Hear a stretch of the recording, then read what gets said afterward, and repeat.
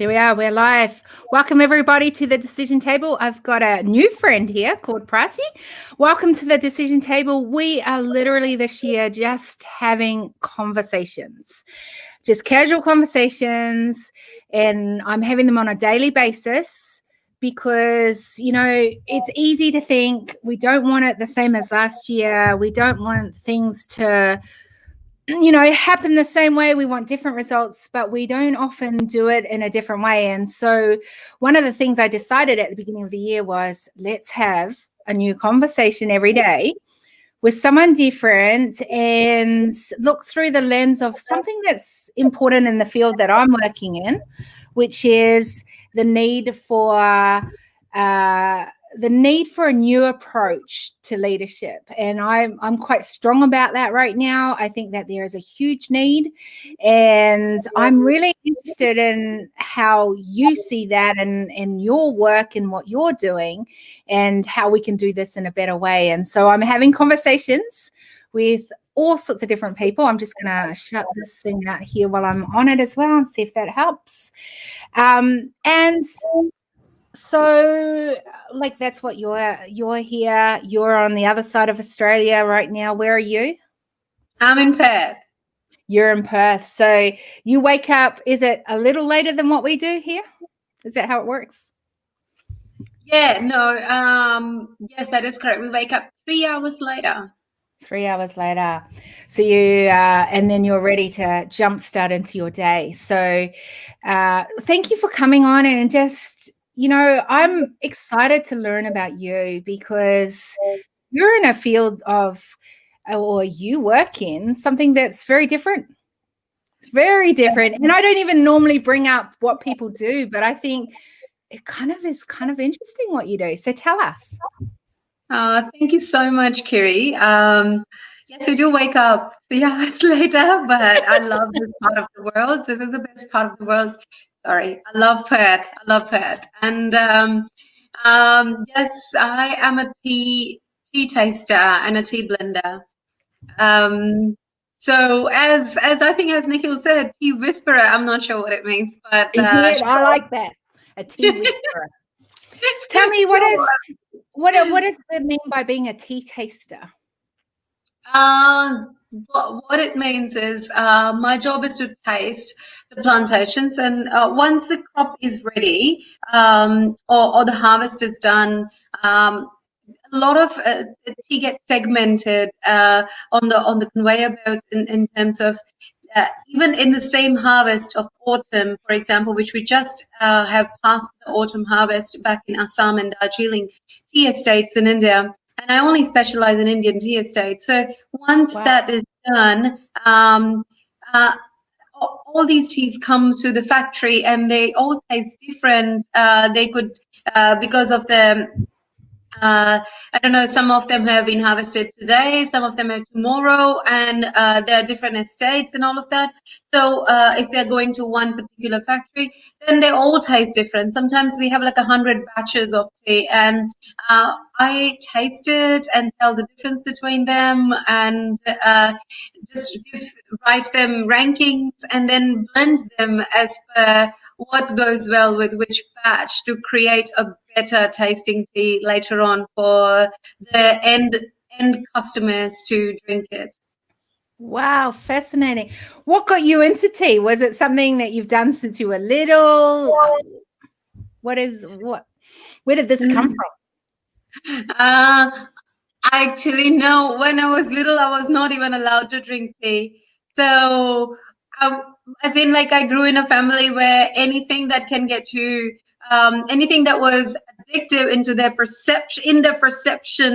little perception was not allowed. So coffee was not allowed, tea was not allowed because it can get you addicted. But obviously then, you find your purpose. And I actually met my tea master who changed every perception of mine. And I didn't even have that perception. I had started drinking tea already when I met him. And I was trying to find this most extraordinary cup of tea after 9 years of tea drinking, 6 years of tea drinking.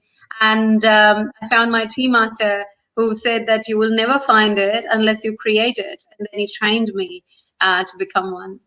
Wow. And then you began creating it, and you enjoy the journey of creating it as well as then getting it out to market? I love I think creation is the best part of it. Because that's when I'm Mm. really in my flow zone or focus zone, and that brings I don't know, I'm just in a different world at that point. Nothing, I I can love hear that. nothing else, I can see nothing else, and it's a different universe where I can transport myself to, and that's the happiest part of the time. When I'm creating that, and when I'm back, I get to bring that happiness to other people. So I think I I love that. love that. I love every bit of it. Yeah. So, do you think in the world out here, and like I look at leadership across the board, and part of that is having new approaches. Do you think we're leaving behind some of that creativity in leadership right now? Like in the work, like you obviously get such a thrill out of that. You enjoy that part of the journey. You said you enjoyed it the most. Are we forgetting to as human race, to continue to bring creativity into our worlds, our professional worlds? I think so. I think that I think that people have forgot their passion.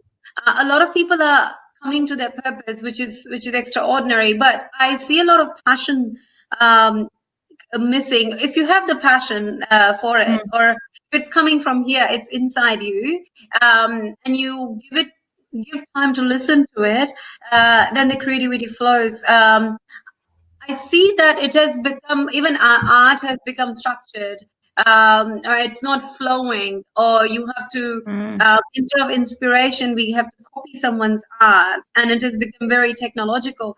So that, I think definitely, that is definitely stopping the flow of creativity, and constantly having to be around technology is also, like, stopping people mm. creatively, because your creative brain can only start once you switch it off from everything else, and we're not really switching off. So, what are some of the strategies you do to switch off? uh oh, I think I've just got one answer in a fraction of a second. And meditation. Mm, As soon as I wake up every morning, I have a routine to follow. So I'll make sure that I drink my water in copper. Copper actually is a natural disinfectant. So I think water is the key of life, the most important part of life. You're made of 70% water, so we need to give importance to it. So I fill up my water in copper, and next morning I just drink it for the disinfectant. And then I do meditation without touching. Still haven't touched my phone. I haven't checked the phone. There is a mhm. wall clock in my room. I can see my time there, so I don't need to touch my phone. And I've trained my mind to wake up the time I want to. So if I tell myself every night before going to bed that wake up at 6, and my eyes open at 6. I don't need an alarm. It Wow. took me time to train that way, because my master taught me how to. And then next morning you have 2 hours of first 2 hours of no technology, yoga, half an hour of yoga, 10 minutes of meditation. That 40 minutes goes towards Mm. how my rest of the day will look like. That's it. Yeah, I find that so intriguing that if you talk to many people across the world, like there's a lot of beautiful morning routines that start the day off. And a lot of it is involving with meditations, gratefulness. I do gratefulness every day.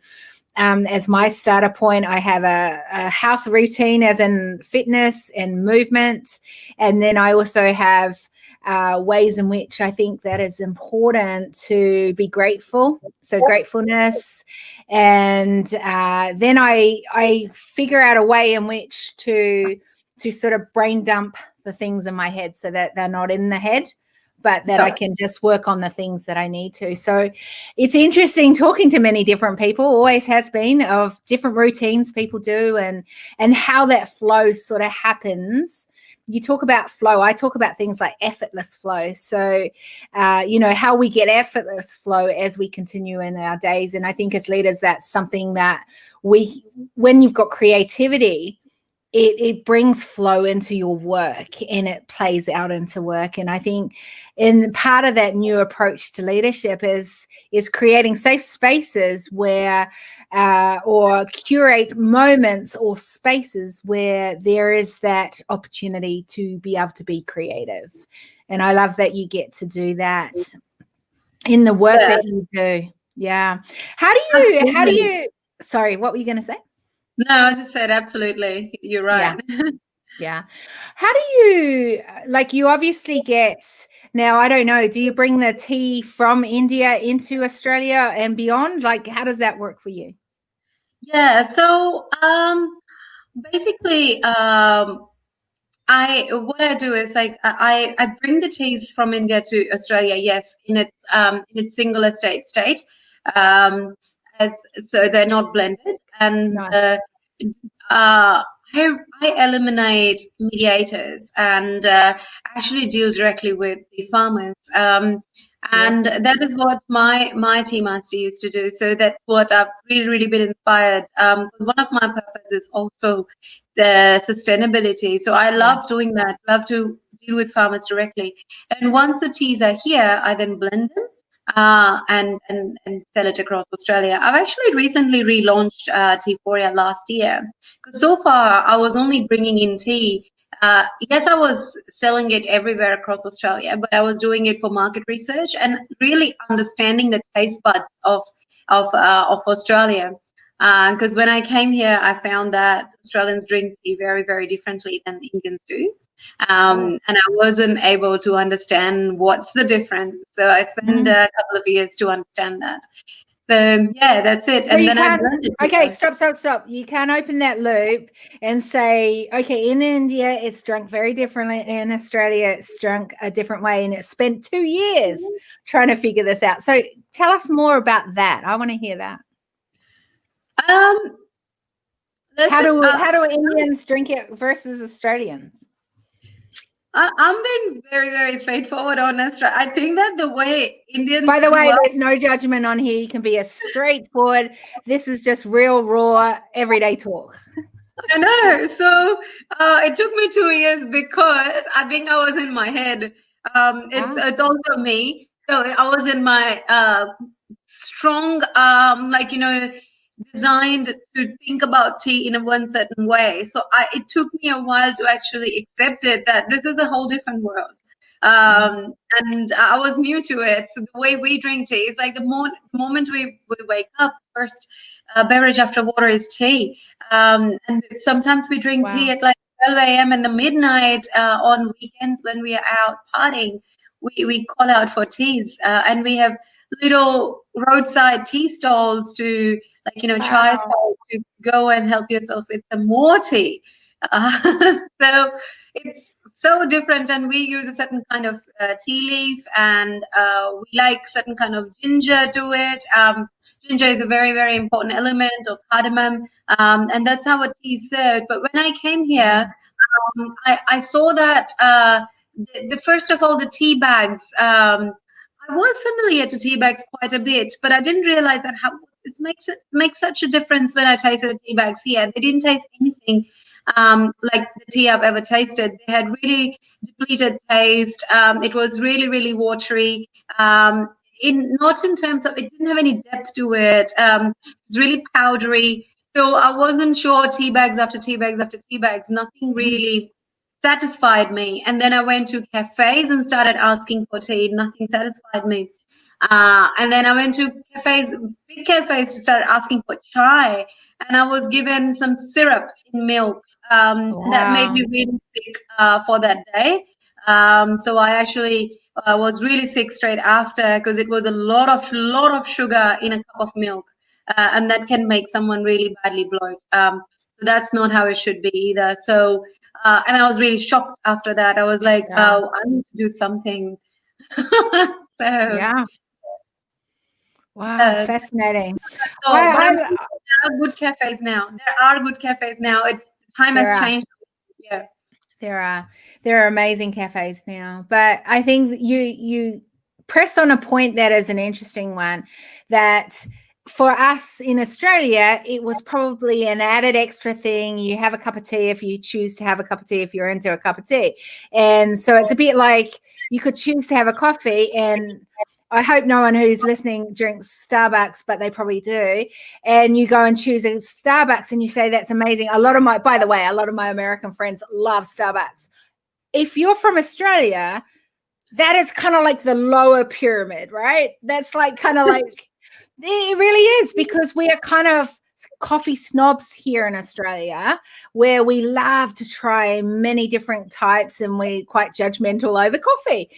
But I don't know that we have the same sort of judgment over tea, right?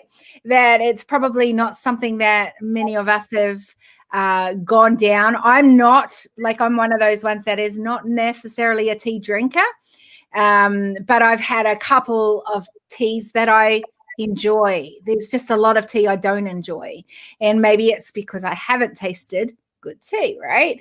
But it wasn't part of our culture. It wasn't part of our thing. What I love is that you can bring some of that culture, that some of that is just beautiful when you have a good cup of tea, because you've experienced it in India, right? And now you're bringing it into Australia and maybe across the globe at some point. I think that's the beauty of when we have different lenses in which we start doing things. And that's one of the things that I say about a new approach to leadership.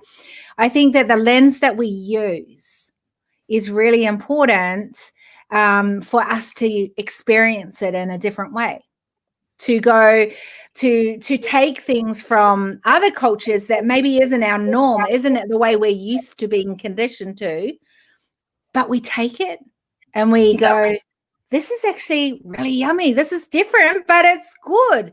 And I wish that in some ways that in all that we do at a decision table, that we start using different lenses. We have these experiences. I think we're so blessed that we've got people like you here in Australia who are bringing something different. And I wish we could do that more. And I think that the new approach to leadership is that we have, or we curate those moments or create opportunities where this becomes more normal to be able to do it. Yeah, that is so well said, that doing something different, out of the box. And I mean, Australia has such beautiful culture. And when I did this, I did not know that I'm doing something out of the box. I just thought that I'm just bringing some good tea. That's all I was thinking. And that is so true. And it's such a beautiful country. And it feels really emotional every time I think, now that I've relaunched T4A in 2020 May. And now that I'm actually doing it as a business, and the amount of people that I get to talk with, and the smiles that I see, and I love that. I've said this a million times already. When I actually see people having a cup of tea and the expression change, and that brings, like, it feels like, okay, this is it. This is what I'm made for. Or like, how many more expressions can I change? I love that. That's so good. How many more expressions can I change? That's so beautiful. I love that. Okay, so someone's asking here, how does the use of herbal teas play a healing part from a chemical perspective? Can you talk more on that? Yes, definitely. So I'll last year, 2020, before the COVID hit us, I'll just tell you a little funny story in 2 sentences. I worked in a space of, like, I walked across to Himalayas. Wow. About 100 kilometers in Himalayas. And to actually meet the farmers and they grow this herbs, and they are to bring sustainable innovations, and to bring these farmers are not very exposed. They're up in the Himalayas. They're not very exposed to chemicals. They're not very exposed to bad weather. They're not, in terms of the pollution, not the bad weather. So they're not exposed to all that, and their crop and their harvest is extremely different from any crop or harvest that would be chemicalized, or they will be using all the big pharma chemicals. They just don't even know it. And we tasted the product there. I got some of the product there, and some turmeric, ginger that I got from Oh, there. And wow. it's one of the finest thing I've ever tasted. It changes your health. I look at their health. I saw like a 70-year-old farmer running to me, and he's fit, right? He's got strong bones, and then he serves me. He and his wife serve me the food that they eat, and I see every little difference on the plate, not just the herbs. That's the big difference it really, really makes to bring that thing here and then to eliminate the mediators and then bring it in the most sustainable channel that I can create. Um, it makes a huge difference. If you are spending that 10 minutes of your time with that teacup, why would you drink chemical? Why would you dip a tea bag in it? A tea bag is chemical. So loose leaf is really important. Uh, it changes the like constitution of your body, literally the way your body thinks and process. Takes away the hardship from your body. Like you're not processing that extra bit. You're giving it a bit of Mm, ease. So you're giving your body that better flavor. It's dopamine releases the happiness flavor yeah. factor goes up. It makes a huge difference. Wow. I like that. If you're going to spend 10 minutes with a good cup of tea, why would you drink chemicals? I think that's your phrase, your little golden nugget there. That's so good. I Thank mean, you. it's true, right? Yeah, thank you. I love that. Talk more about the sustainability. So we know that chemical-free things, pollution. I mean, I talk about sustainability so much, so I'm really excited that that's a huge part of what you're passionate about, and I think we can spend quite a bit of time on this. So, if you think of sustainability and chemicals and things like that, one of the issues is that we've often sped up the capacity to get food out, to get things growing at a quicker space, or put pressure on because we're growing more, things like that. We can't all have that privilege and that moment that you've had, which is walk across the Himalayas and have those moments and experience where there is no pollution in that way. How do we sustain this, knowing that it's a good thing for us? How do you do that to the greater world, right? Yeah, I think the best way you can incorporate little sustainable things in your life is to eliminate tiny little bits from your world, bite-sized things instead of overwhelming and walking across Himalayas. That is true. You can I'd love to literally. do it, by the way. Don't get me wrong. I'd love to do it, but I have not done it yet. Oh, it's such a blessing, like in a blessed place to be. That Wow. place.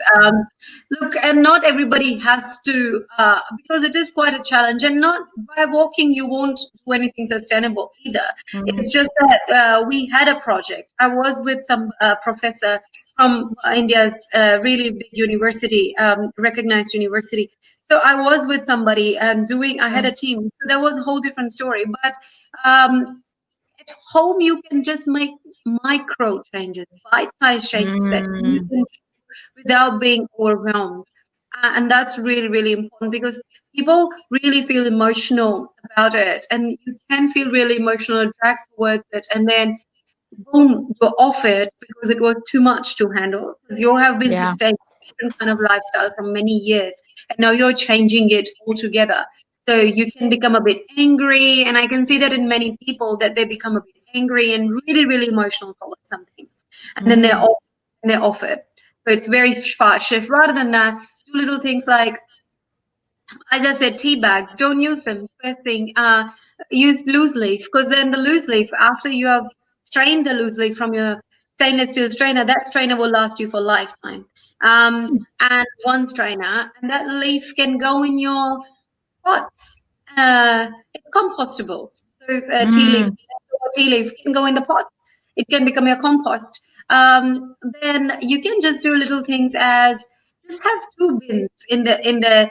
Don't put everything in one bin. So now you can have and while when you're using the second bin, make sure that you are either putting all the food in a bin directly and then washing the bin, or you are having a compostable bag in your food bin. So when you tie it up, there is no bits of plastic or anything in it, and you're directly putting it in your green bin. And ask your council. In my council, I can put bits of food in my green bin because it all goes to an outlet where it all gets composted.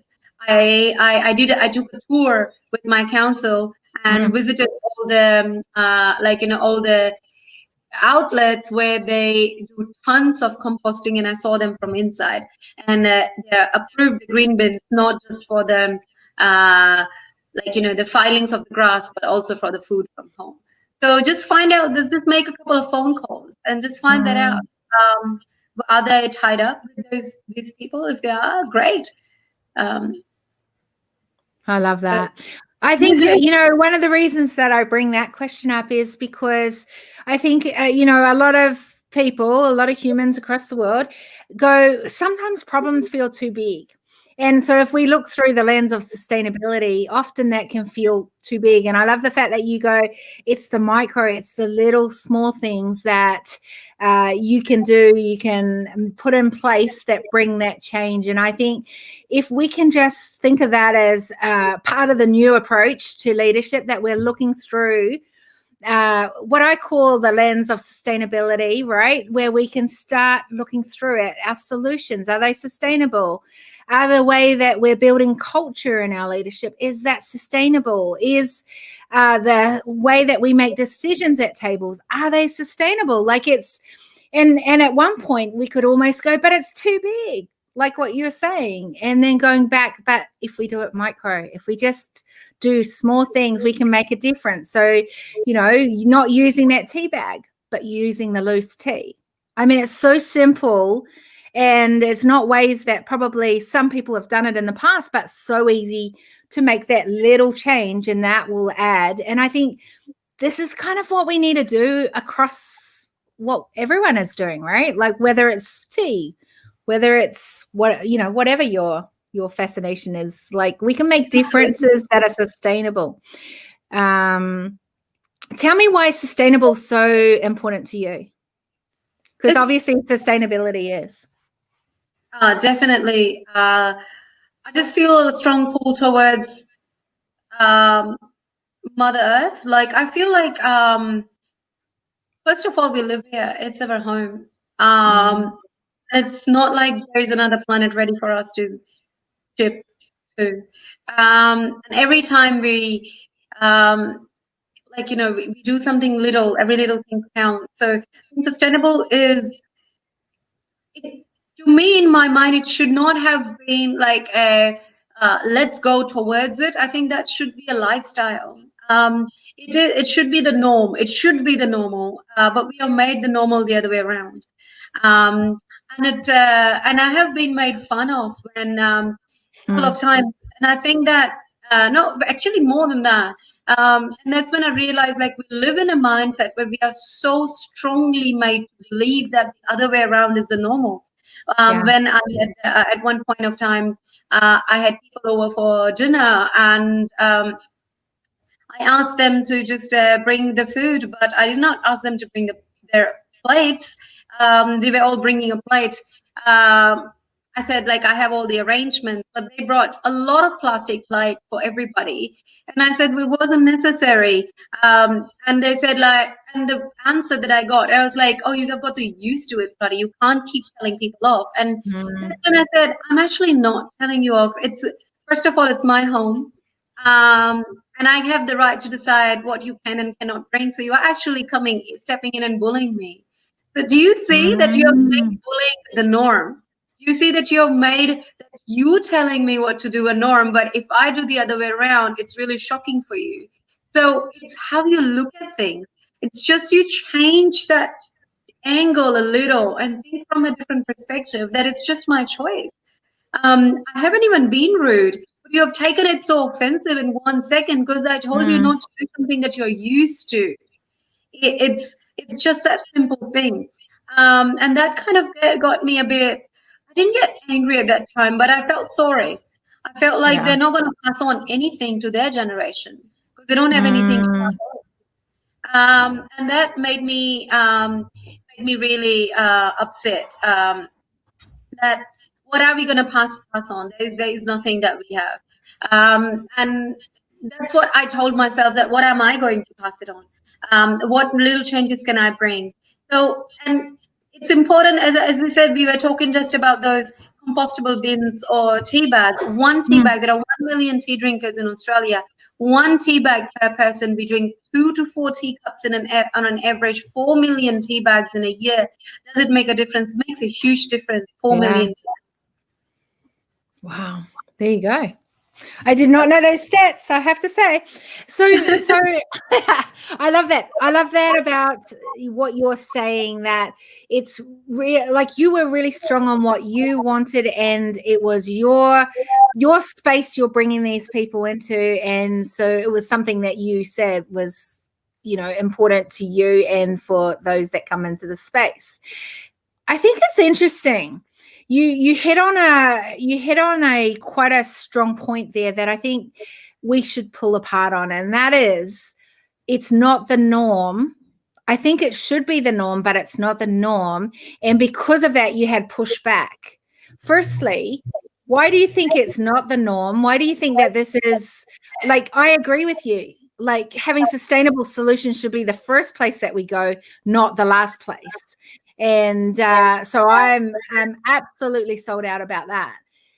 Why do you think that it's so hard for us to have that as our first starting point, not our finishing point, if it is even on the radar, right? Let's get real. Yeah. I think because it's what we see on the surface. And it's just what the media has made us believe as well. Because what is readily available to you, anything that's readily available to you, you take it.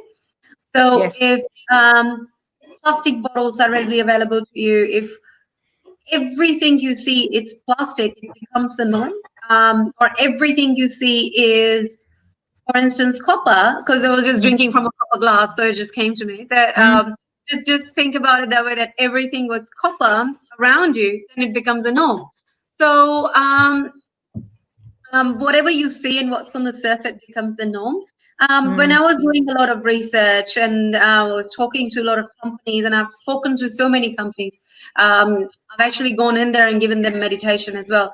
Meditation is sustainable because it opens up your consciousness to the universe, and then you can listen to their message, of the messages of the universe, more strongly and powerfully.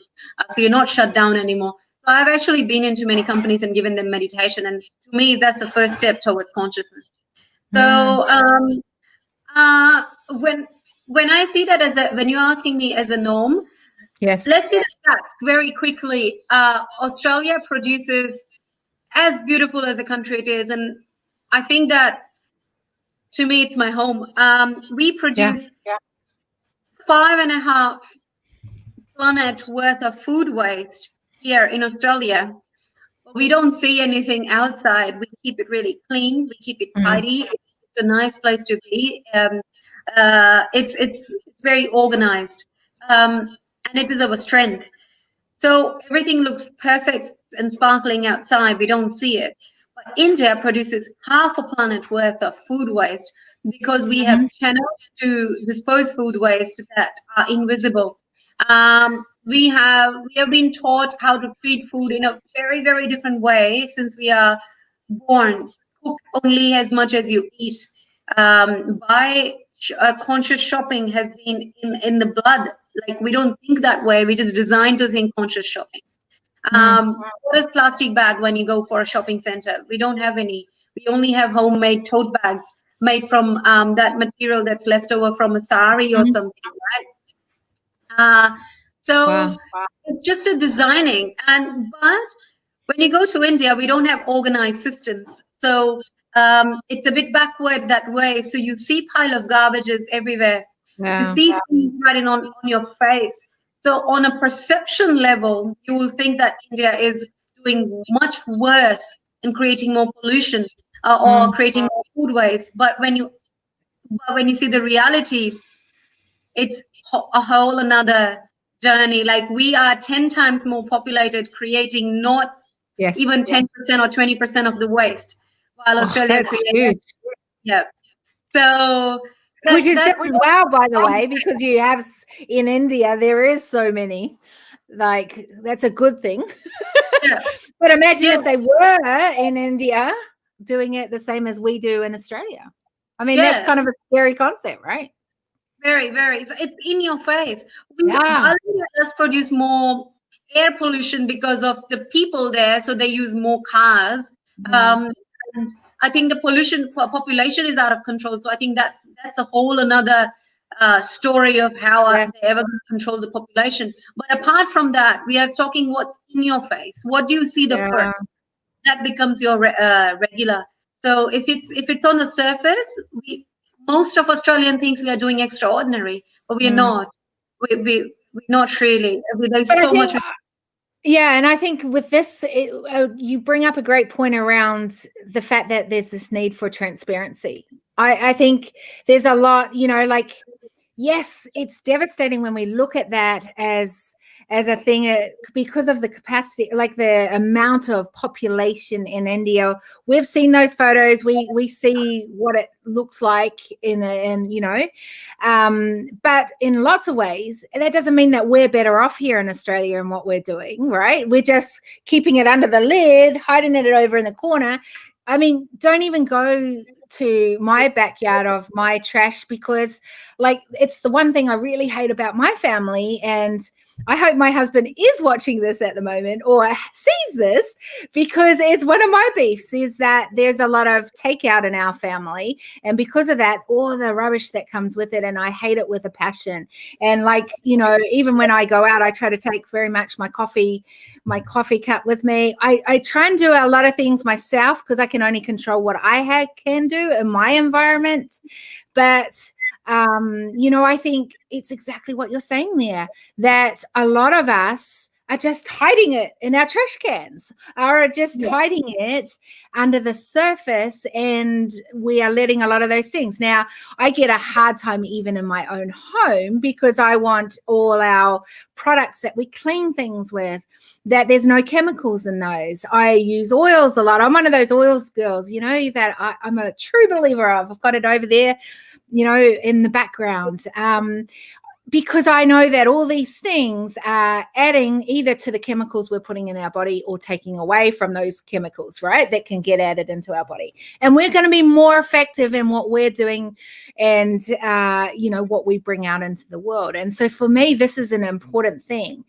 But I know that it gets laughed at, that there's those moments where people go, well, that's kind of like extreme. We don't need to do that. And yet there's many people going, I don't like what's happening to the environments, whether it's social, whether it's economically, whether it's, your physical environment. There's a lot of people not liking things like that, right? Yeah. And these are some of the ways in which we can actually turn that around so that there is, we're not putting the pressure on our environment from all the trash that we're bringing into it. We're not, socially, we are choosing to go, this is actually a great starting point and a willingness to think maybe we can do it differently. I don't know. Definitely. What are your thoughts from that? Yeah, I mean, definitely. There is no such thing like magic. I mean, it exists, but we'll have to do something with our wands to start with. So we really need to make some actions, and then the magic starts happening once you start taking actions. And that is when I was creating T4A. I really, really thought like T4A is way more than just a cup of tea. It's much more than just a cup of tea. It's it's the happiness factor. It's how do you see yourself? Where do you place yourself? How do you spend that journey of your life on this planet? What choices do you make? And any choice you make today has an effect in the next generation, and the next, and the next. I talk about that a lot. Yeah. Absolutely. So, I mean, think about it this way: that what would you? Let's take, sometimes people hate responsibility and they love to think about themselves, which is just a normal human behavior. Because I do it, we all do it unconsciously, subconsciously, we don't know it. But think about it this way: putting a cup of tea in front of you. Now, take a tea bag from a box. They all smell the same. They have pretty much no smell. Like, you just unconsciously pour hot water in a kettle. dip the tea bag in there, wait for 2 minutes, and then drink it away. And now shift the scenario. You open your favorite little container of tea. You're so passionate that you love the aroma. So the moment you open it, there's the aroma. So using your senses, the first thing the dopamine releases, like the happiness factor releases you. There's a smile on your face, like, oh my God, I'm gonna have this. So that salvation moment, that temptation happens. So you're looking forward to something first thing. Then you take that scoop out and you put it in your kettle. So you hear the sound of it. Now you're pouring hot water on the top of it, or you're boiling it on the stove. So you hear that.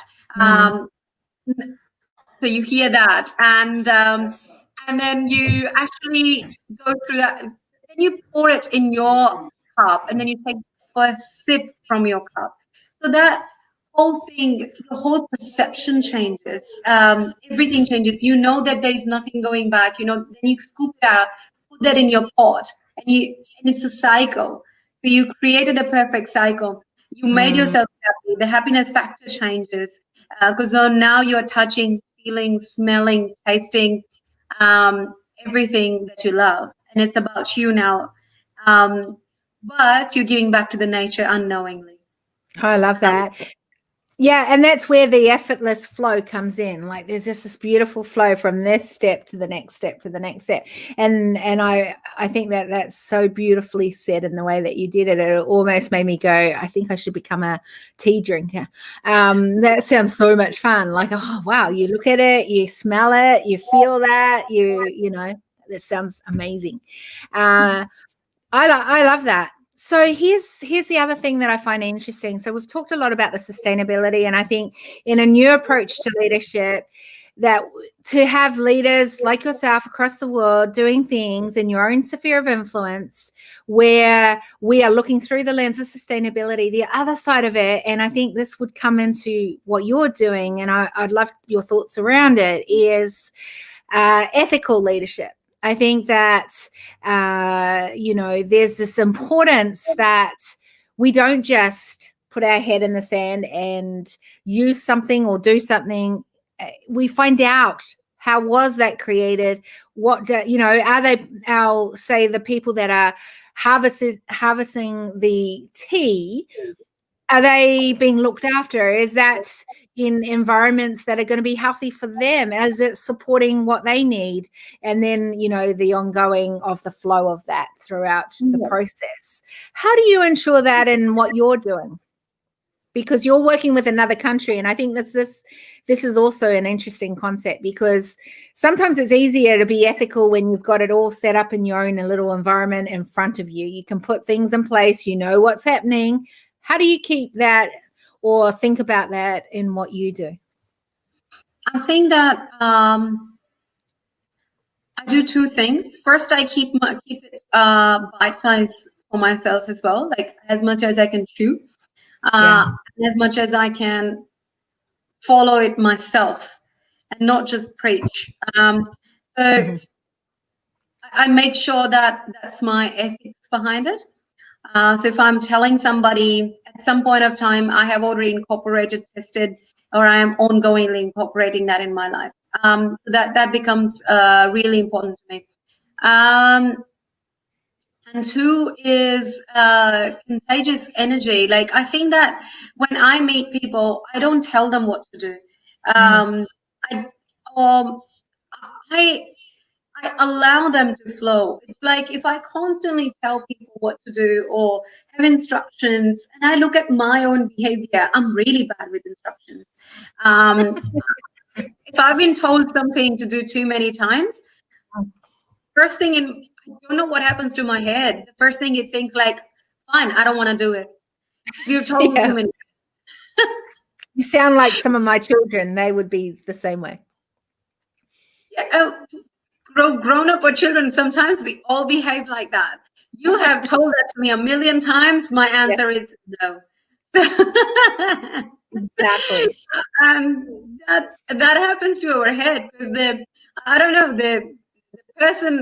spoiled person in you kicks in, or what happens. But I take that as a reality instead of thinking that as a bad thing. Like, we all have that child in us. And it's just the acceptance of the reality makes it easier. Acceptance of the reality makes it easier. What do you mean by that? I just think like acceptance of knowing that you're not perfect, acceptance of the fact Like that knowing that you're not going to do it all right, acceptance that not everything is going to happen overnight, acceptance that not everybody is, you're not going to change the world. Not everybody is going to like you. Not everybody is going to follow what you do. Not even you may not be able to follow what you preach every step of the way. You may fall here and there, but all that is the acceptance, not to be judgmental towards yourself, and stop and think consciously that what went wrong, what can you do to change it now, and how do you get back on track twice as strong, or you make bigger changes. So I think I keep it bite size and I make small changes, and then I don't do anything. Like, I leave a contagious energy when I speak with somebody. I just I'm not in a mindset to teach them something, but I just tell them my story of what I did today, and it becomes really powerful. And they do it, and they tell it to somebody, and they do it, and they tell it to somebody, and that's kind of more contagious than anything else. And it stays bite size. And it's not your job to make a snow mountain. Your job is just to to take a little snowball and then roll it out. The rest will happen. It's just the law of nature. The gravity will happen, and it will turn into a massive snowball. Yeah, it's that whole domino effect, isn't it? Yeah. So that's what I like. I don't like to constantly preach and teach. I do like to send messages, by my contagious energy and story. That's it. So I like that. I think that, I teach around the fundamentals of leadership, and part of that is beginning with awareness. And so that's why these conversations are really important, because you're looking through a lot of different lenses and seeing it and having a different perspective. And then, of course, from that, then taking different actions. And the only way I'm going to learn more and become aware more is if I'm willing to have conversations, right? And with amazing humans who, bring all these different distinctions to the table. So I find this fascinating because, it's you talk about a lot about the telling. And I think that when we grow in awareness, the next fundamental is actually ownership. There's a responsibility. Now that I know what I know, what am I going to own from knowing that? Yes. So it's not that I need to have everything sustainable and know exactly how to live that and bring solutions all that way. I only know the small amount that I've already become aware of, and I'm willing to become aware of already, right? Yeah. And my thing is, if I'm not willing to then own that, then there's a major issue there. And I hope that as we learn to have new approaches to how we can do leadership better, that we can gain this awareness, but that each one of us takes ownership of what we've become aware of in that moment, in that space, in that time that we've spent together, right? And I'm actually going to ask you in a second a question, and that's part of why I asked this question, but is because I think that there's always got to be ownership to it, right? Yeah. And so I love the point that you say it's you don't tell, you do. And I always say that if we are to be strongly leading the way, then we need to be able to strongly stand in what that looks like. And that's not just talking it, it's doing it. So now that we've had this conversation today, we've got more, thinking around sustainable solutions. And then we're also talking about the ethical side of it and how it's really owning that for you, what that looks like for you, and then doing small bite-sized pieces around that and putting it into place, and how you then play that out in your work, in your domino effect then of who comes into your sphere of influence, right? I found that awesome, because I think that that makes it really doable for me thinking around ethical leadership. And so that's the thing I'm going to take from our conversation today is going, how can I break that down even into more bite-sized things that I can put into play? Like I'm asking around this because I would really love for, in this new approach to leadership, that we can actually build more things around this, get better strategies to have ethical leadership in everything that we build out on, right? So that's kind of where I'm coming from in that.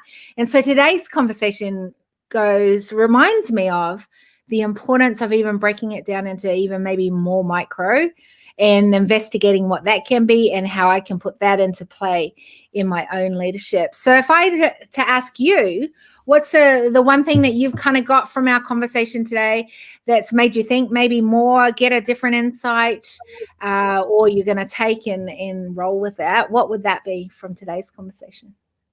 I think what I really got out of today's conversation is like being accountable for my leadership. I wasn't even thinking about myself as an industry leader. I was thinking as just a person who have just started. But what's eye-opening is when you ask me so many questions around leadership, and I've never done a podcast on leadership. It's eye-opening that today I have started. I've launched now, but tomorrow I have to think about it in advance, because tomorrow I can be an industry leader. Tomorrow, it could be anything in a year. Like I could be teaching tea blending, or like T4A, when it turns into a larger company. Right now, it's manageable. Once T4A is larger, how am I going to keep myself accountable as an industry leader? If I'm supplying to other tea merchants, tea shops, or and if I'm expanding more than tea into other aspects of food industry, which I really wish to, and I wish to create like a perfect buying channel where you don't create any waste. But then how am I going to keep myself accountable, or what change my company can bring? Yeah. And I think that's what I learned. I didn't think of it that way. I was just doing things every day, pretty much. So I know, and that's what I love about it, is that it's your everyday, but even your everyday can become more effective or lead in a different way, or change can come from today onwards, like you said. And that's the amazing thing when we create awareness, is that it opens up the opportunity for something else to happen and to grow there. And it's funny because a lot of in the business world, a lot of people will say to me, oh, I really want to increase the growth of my business and in the economic growth of it. I'll do the impact thing later. And I go, actually, hate to blow your bubble, every decision you make has an impact. Whether it adds value to humanity or takes away, it still has an impact. And I love whether you're at startup of the journey, whether you're in the middle of the journey, whether you're way down the journey. It doesn't matter, because every decision you make from today onwards is going to have an impact. Now, that impact can be playing at a small level and go, I'm just building this thing around me, or you can have this willingness to, show the way, not just tell, but show the way to how that can bring such impact. And in your case, in a lot of sustainability sort of solutions to the table, and flow and consciousness and, ethical thinking. Yeah. And you can lead the way, not just in the tea industry, but as an industry in a society across the globe. Absolutely. And I mean, my tagline is growing cups of happiness. And to me, I love that. Tea brings you pure happiness and unmatched happiness, a childlike smile on your face. And it's that moment that I look for, that 1 second I look for. And I want it to last. And that's why I bring that sustainable leadership in myself. Like, happiness will last, and you'll be really proud of yourself tomorrow. It won't just be momentary, but you'll see the after effects of it for the rest of your life. I love that. All right. So if people want to get hold of you, want to have more conversations around this, how do they get hold of you? Yes, so they can get in touch with me on T4ia. So it's like Euphoria, like Euphoria, T4ia at t4ia.com.au. That's my email address, or just T4ia at .com.au. That's my website. So that's it. So that's my email, T4ia at T4ia, or t4ia.com.au. That's my website. You've got all the collections to see there.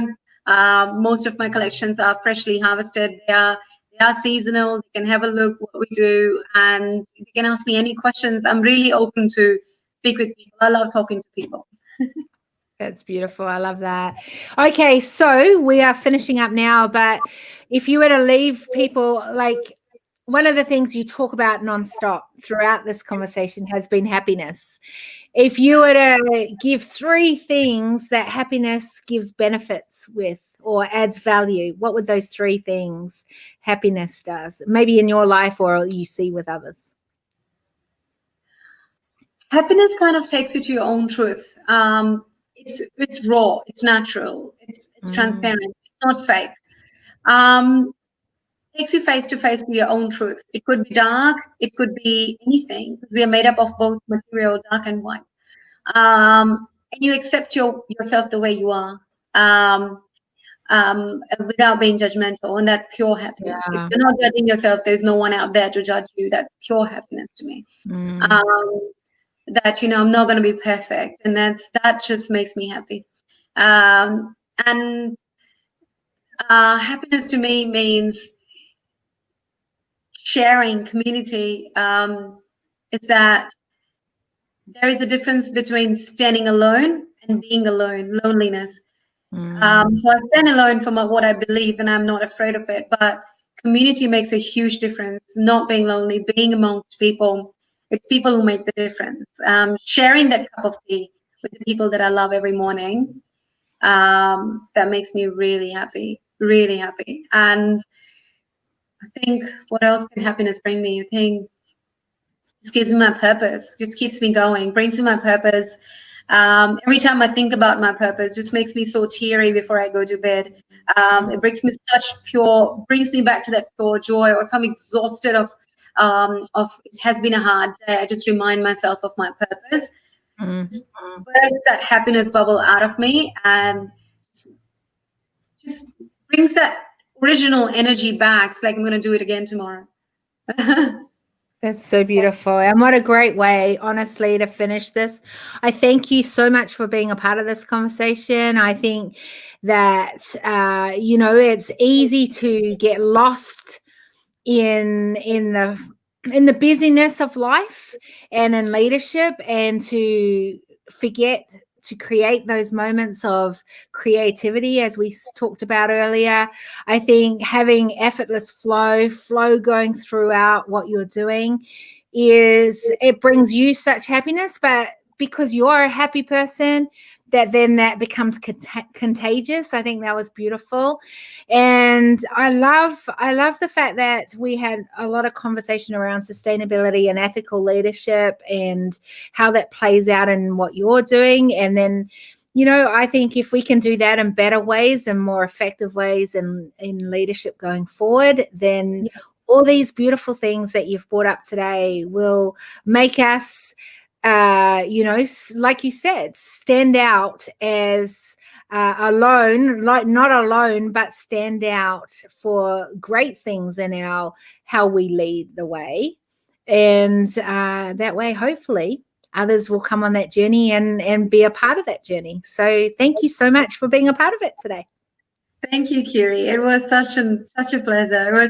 I'm so grateful to Nikhil, who actually introduced me, and I'm so grateful to you that I actually got to know you. It's fun.